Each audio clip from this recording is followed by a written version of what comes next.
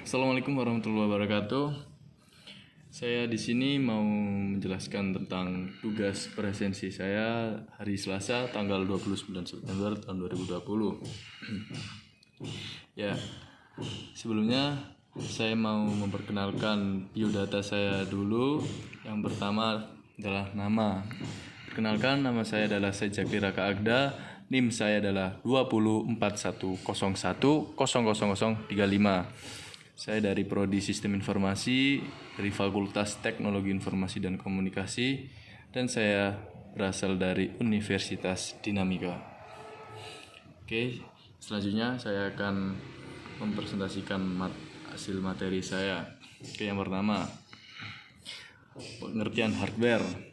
Hardware dalam bahasa Indonesia disebut juga dengan nama perangkat keras, adalah salah satu komponen dari sebuah komputer yang sifat alatnya bisa dilihat dan diraba oleh manusia secara langsung atau yang berbentuk nyata, yang berfungsinya untuk mendukung proses komputerisasi. Contoh hardware adalah CPU. CPU berisi rangkaian sirkuit yang menyimpan instruksi-instruksi pemrosesan dan penyampaian data. 2. Monitor. Monitor merupakan alat yang mampu menampilkan teks maupun gambar data yang sedang diproses dalam CPU. 3.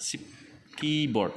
Keyboard merupakan alat untuk memasukkan data maupun perintah ke CPU, biasanya terdiri atas rangkaian huruf, angka, dan tombol fungsi lainnya.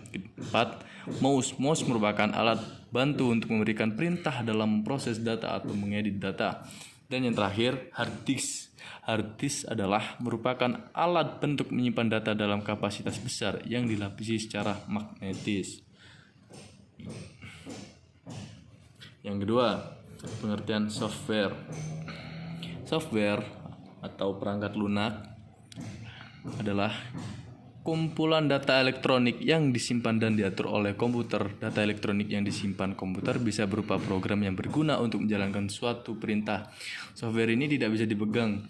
Perangkat lunak dalam penggunanya dapat diklasifikasikan menjadi 5 macam, yaitu 1.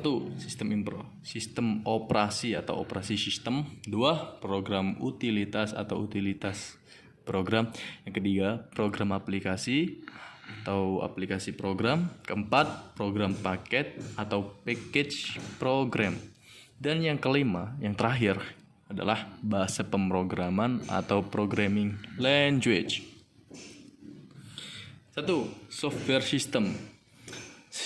Sistem operasi. Penjelasannya, perangkat sistem operasi merupakan bagian yang terpenting di dalam menjalankan suatu perangkat komputer. Sistem operasi merupakan perangkat lunak yang menjembatani antara pengguna dan perangkat keras. Ada beberapa jenis sistem operasi, diantaranya Windows, DOS, Linux, dan lain sebagainya. Saat ini untuk komputer jenis PC banyak menggunakan sistem operasi Windows. Dan yang kedua, atau B, program bantu utility, merupakan suatu program yang berfungsi untuk membantu sistem operasi seperti yang dijelaskan di atas, seperti antivirus, defragmenter, format, disket, dan sebagainya. Dan yang terakhir adalah bahasa pemrograman. Bahasa pemrograman merupakan suatu aplikasi yang berguna mengkonversi perhitungan yang bersifat sistematis menjadi suatu aplikasi. Sebagai contoh bahasa pemrograman, contohnya seperti PHP, Java, C++, dan sebagainya. Yang kedua, perangkat lunak aplikasi adalah merupakan perangkat yang berfungsi untuk melakukan berbagai bentuk tugas perkantoran seperti pengolahan data, lembar kerja, presentasi, pengolahan halaman web, hingga perangkat media player dan sebagainya. Hal ini sudah berkembang sejak sistem operasi tersebut dikembangkan. Software aplikasi dapat dikelompokkan dalam beberapa bagian, yaitu ada 3 macam. Yang pertama, A. Pengolahan kata. Word processor berfungsi untuk melakukan pengolahan kata, yaitu pekerjaan yang berhubungan dengan naskah dan berbagai macam administrasi surat menyurat. Contoh WordStat, Microsoft Word, AMI Pro, WordPerfect. B. Pengolah angka. Spreadsheet berfungsi untuk melakukan pekerjaan yang banyak berhubungan dengan angka-angka seperti penggunaan perhitungan laporan keuangan dan grafik. Contoh Lotus 123, Quattro Pro, Microsoft Excel, Symfony, Super, Chilch, dan lainnya. Dan C, yang terakhir, pengolahan data atau database berfungsi untuk melakukan pengolahan data tersebut dapat berupa angka, kata, atau gabungan angka dan kata. Contoh, Base Fox Pro, Clipper, Microsoft Excel, Visual Fox Pro, Paradox, dan lain sebagainya. Ya, dan ini adalah antivirus. Software untuk membasmi virus dari perangkat menyimpan komputer. Contoh, McAfee, Norton Antivirus, Panda, dan lainnya. Virus adalah software yang dibuat untuk merusak data atau program komputer. Contohnya adalah PC, Brain, Hackers, My Heart, Pepsi, Beckle, My Room, dan lainnya. Itu ada contoh gambar Smartdev antivirus, dan itu ada contoh lagi macam-macam aplikasi software aplikasi untuk antivirus. Alasan saya memilih Smartdev karena memiliki ukuran file yang ringan kurang dari 3 MB dengan proteksi real time yang tidak memakai banyak resource memory. Smartdev ampuh membasmi berbagai serangan virus lokal, termasuk virus umum yang sering kita jumpai seperti shortcut, hidden file, dan lain-lain. Selain itu, Smartdev juga mampu mencegah penyebaran virus di komputer dengan fitur ini. Itu ada gambar Smartdev antivirus.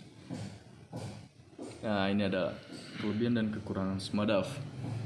Kelebihannya, 1. Teknologi Smart Protection, Top Flash Disk Security, 3. Offline User, 4. Tidak menghapus aplikasi sembarangan, 5. Memperbaiki registry, 6. Scanner cepat, 7. Portable, 8. Memiliki folder null, Number 9. Dapat digabung dengan antivirus lain, 10. Tidak berbeda versi free atau pro, 11. Fitur one by user, dan nomor terakhir, cegah ransomware dan basmi ransomware. Kekurangan Smartdev ada 5, yaitu kurang ampuh menghapus virus luar negeri, 2. Lemah terhadap virus yang dienkripsi, 3. Fake database, 4. Smartdev sering hot responding, dan 5. Kabar Smartdev menyebarkan banyak virus. Wah, ternyata harus hati-hati juga nih ya.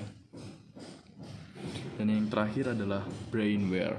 Pengertian dari brainware adalah setiap orang yang terlibat dalam kegiatan pemanfaatan komputer atau sistem pengolahan data, atau bisa dikatakan juga orang yang mengoperasikan sebuah komputer, karena jika tidak ada orang yang mengoperasikan, maka komputer tidak akan dapat dijalankan. Brainware dibagi menjadi beberapa macam. Ada operator, orang yang tugasnya melayani dan menjalankan sistem maupun peralatan yang ada hubungannya dengan perangkat komputer, misalnya seperti menyiapkan data untuk diakses, merawat sistem komputer, dan lain-lain. Programmer, orang yang menguasai bahasa pemrograman.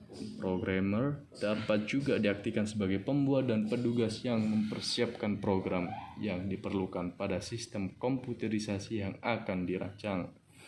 Dan yang terakhir adalah administrator, orang yang bertugas mengolah suatu sistem operasi dan program-program yang berjalan pada sebuah sistem komputer atau jaringan komputer.